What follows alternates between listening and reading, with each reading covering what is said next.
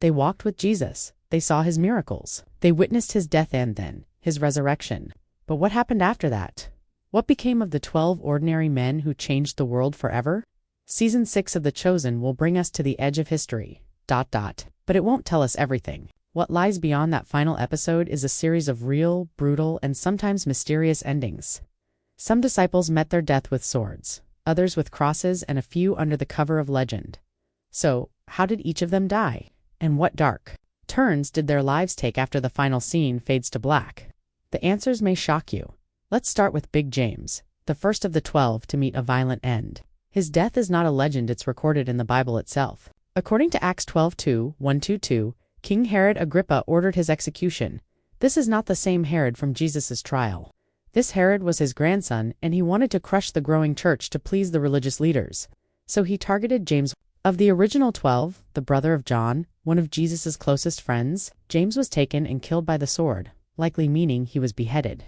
It happened around the year 44 AD, just over a decade after Jesus' crucifixion. His death shocked the early church. It was the first time one of the apostles was martyred, and it sent a message.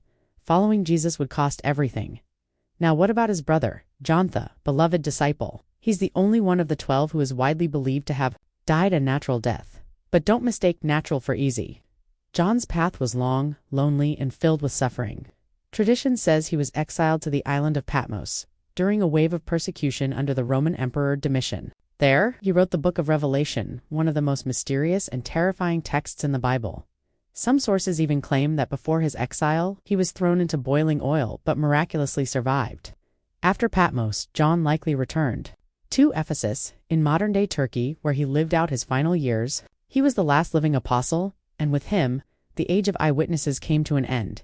But the cost of following Jesus didn't end there. PTR next is Peter the Bold, outspoken fisherman who walked on water and denied Jesus 3 times. After escaping from King Herod's prison in the book of Acts, Peter traveled across the ancient world, preaching the gospel. Eventually, his journey took him to the heart of the empire, Rome. There, the story takes a dark turn. During Emperor Nero's reign, a fire consumed much of the city, and Nero blamed the Christians. This triggered a brutal wave of persecution. Peter was arrested, and according to early Christian texts, like the Acts of Peter, he was sentenced to be crucified. But Peter made a strange and powerful request. He asked to be crucified upside down, saying he was not worthy to die in the same way as Jesus.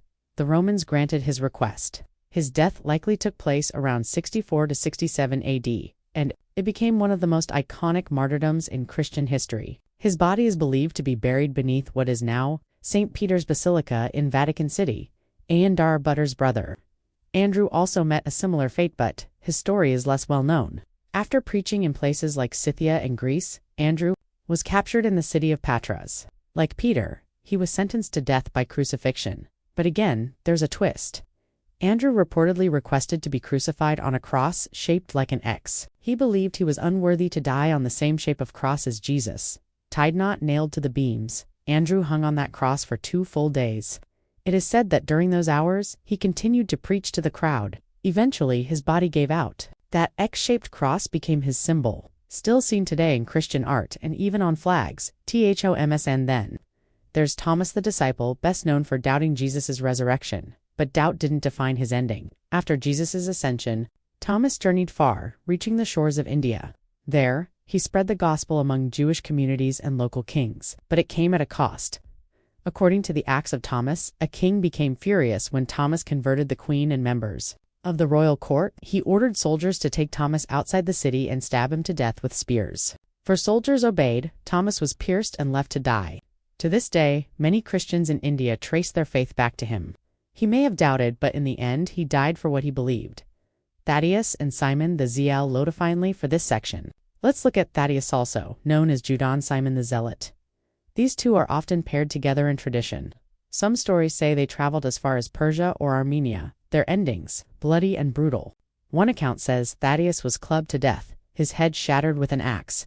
Another says he was crucified. As for Simon, one of the most horrifying traditions says he was sawn in half.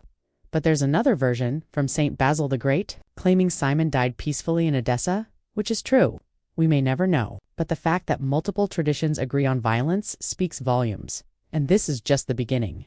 In the next section, we'll uncover the final days of Matthew, Philip, Bartholomew, and Mary, including the one disciple whose death is surrounded by contradiction, betrayal, and mystery. Do you think you know how each story ends? You might want to think again. Let's now turn to Matthew, the tax collector turned disciple. In The Chosen, we see a man who's brilliant with numbers but lost in relationships, slowly finding his place among the 12. After Jesus' resurrection, early church writings say Matthew stayed in Judea for some time, preaching to his own people, but his journey didn't stop there. Tradition holds that Matthew later traveled to places like Ethiopia or Persia to continue spreading the gospel. His death, violent, according to most sources. One account says he was stabbed in the back by a soldier while standing at the altar preaching. Another version says he was burned alive, but the most detailed story says he was killed with an axe on the order of a local king. Why? Because Matthew had converted a nun, the king's own niece. When Matthew refused to stay silent about the king's sinful intentions, he paid with his life. It's not a story found in the Bible, but it's repeated often enough in early Christian writings to leave an impression. The image of Matthew, calm, faithful, and firm in truth, facing death alone, is hard to forget. Then we have Philip. Not to be confused with Philip the Evangelist in Acts. This is Philip the Apostle. One ancient text, the Acts of Philip, tells a dramatic story of his final mission. Philip traveled to a city where idol worship was widespread. He performed miracles, cast out demons, and even converted the wife of a powerful Roman That was the last straw. The enraged governor ordered Philip to be tortured and crucified. But there's more. According to the story, Bartholomew was with him. As Philip was hanging on the cross, he continued to preach and people began to believe. The crowd demanded his release, but Philip told them to let him die. He wanted to suffer for Christ. Bartholomew was taken down from his cross and survived, but Philip refused rescue. He died there, hanging on the cross, willingly. And that brings us to Bartholomew, also called Nathanael. He's one of the most mysterious disciples, mentioned only briefly in the Gospels, but legends of his travels stretch wide. Some say he went to India, others to Armenia, and still others to Mesopotamia. Wherever he went, his end was grim. The most well-known account says he was flayed, his skin peeled off while still alive, and then beheaded. It's a horrifying image, and it's the reason he's often shown in religious art, holding a knife or his own skin. Another version says he was crucified upside down, like Peter. Yet another says he was drowned in the sea. Which is true? We don't know, but all versions agree. He died for his faith, painfully, brutally, willingly. Now let's revisit little James's disciple, who, in The Chosen, is portrayed with a physical disability. The show makes it clear, Jesus didn't heal him on earth, but he gave him a mission that was just as powerful. According to tradition, little James went to Egypt to preach the gospel. The historical record is thin, but some sources say he was beaten to death while preaching. Others say he was executed by a Roman governor. Season 4 of The Chosen gives us a fictional flash-forward in which little James is killed by a Roman king in Lower Egypt, a dramatic moment, but one that reflects the cost that many of the disciples paid. Whether he died with a sword, a stone, or in silence, one thing is certain. His life of faithful endurance became his testimony. Mary Magdalene, Mary Magdalene, though not one of the 12, holds a central place in the story. She was the first to see the risen Christ and one of the most faithful followers of Jesus. But what happened to her after the resurrection? That depends. On who you ask? French tradition says she traveled to southern France, where she lived in a cave, spending her final years in prayer and seclusion. It's said she died there peacefully, but Eastern tradition tells a different story, that she followed John the Apostle to Ephesus and died there. There are no records of martyrdom, no stories of violent death. A woman whose story began in darkness ended in quiet light. Judas, Iscariot. Now we come to the most tragic ending of all. Judas is the man who betrayed Jesus for 30 pieces of silver, the man who shared meals with the Messiah and still chose betrayal. The Bible gives us 2 accounts of his death, and both are disturbing. In the Gospel of Matthew, Judas, filled with remorse, returns the silver, declares that he has betrayed innocent blood, and then hangs himself. In Acts, the story is even more graphic. It says Judas bought a field with the blood money, fell headfirst, and his body burst open, spilling his intestines. The place became known as Akeldamoth, a field of blood. No other disciple's death is described with such grotesque detail. It's as if the early writers wanted us to feel the weight of betrayal, not just spiritually but physically, viscerally. His death stands alone, not a martyr, not a hero, but a warning. We've now covered almost all the apostles, some names you know well, and some you might barely remember. But their stories, whether written in scripture or passed down through ancient whispers, remind us of something unshakable. These men didn't just believe in Jesus, they died for him. Some were tortured, others were hunted, and a few vanished into mystery, but all were willing to give up everything for the gospel. In the next section, we'll dig deeper into the final traditions and legends surrounding other early followers, figures like Matthias, Joseph of Arimathea, and even Paul. Some ended in fire, others in chains, and one was executed with a blade meant to silence the message forever, but it didn't work. Are you ready for the next chapter? Let's turn our attention now to Simon the Zealot. In The Chosen, he is portrayed as a former fighter, a man of discipline, purpose, and passion.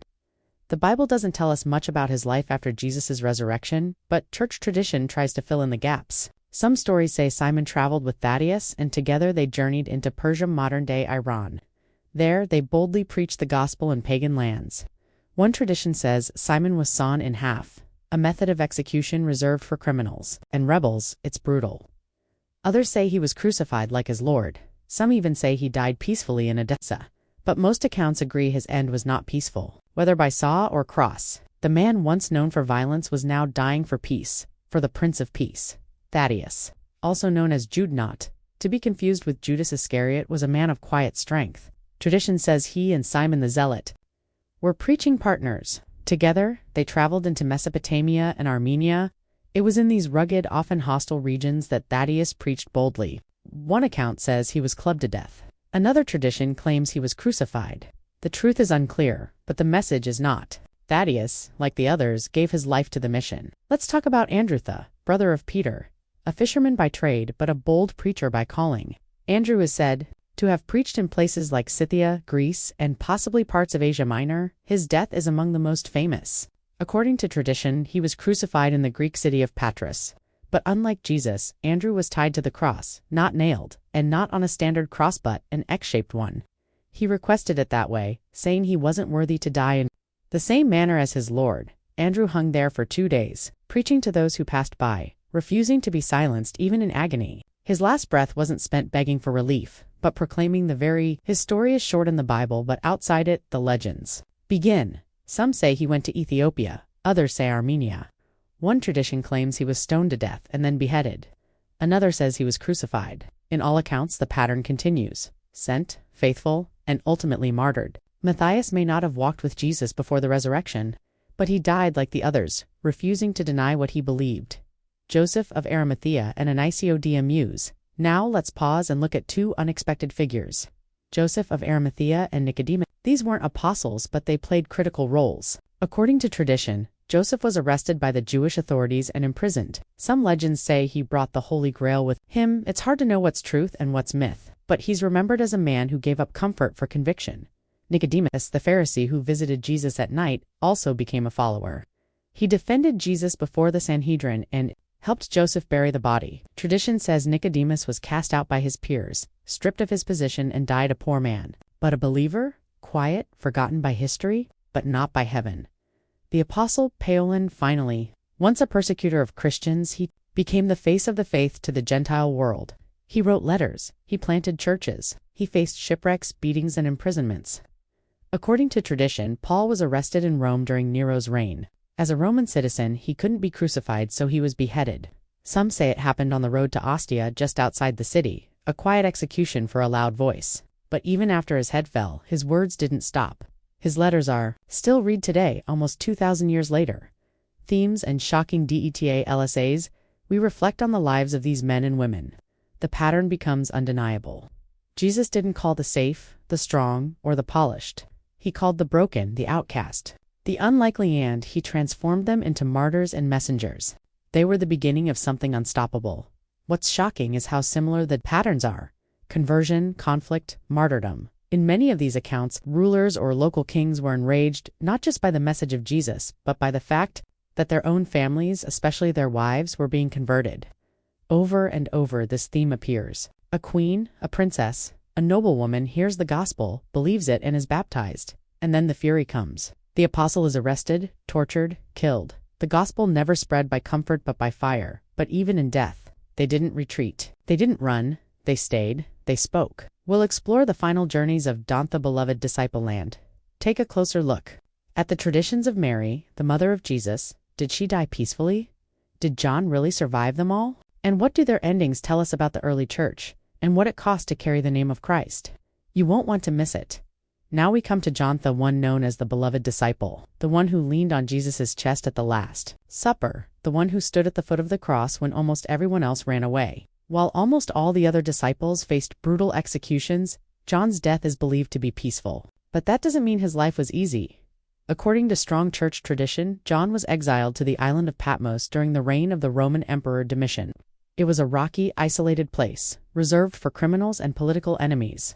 There, John received the visions recorded in the book of Revelation, a book filled with warnings, symbols, and hope. But before Patmos, many sources say John was actually arrested and brought to Rome, and there, according to one ancient account, he was thrown into a vat of boiling oil as punishment for preaching the gospel. Yet miraculously, he survived.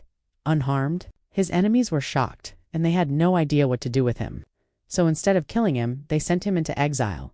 After Domitian's death, John was released and returned to Ephesus in modern-day Turkey. There, he continued to lead the church, and eventually died an old man, likely in his 90s. If this is true, John was the only one of the original 12 who wasn't martyred.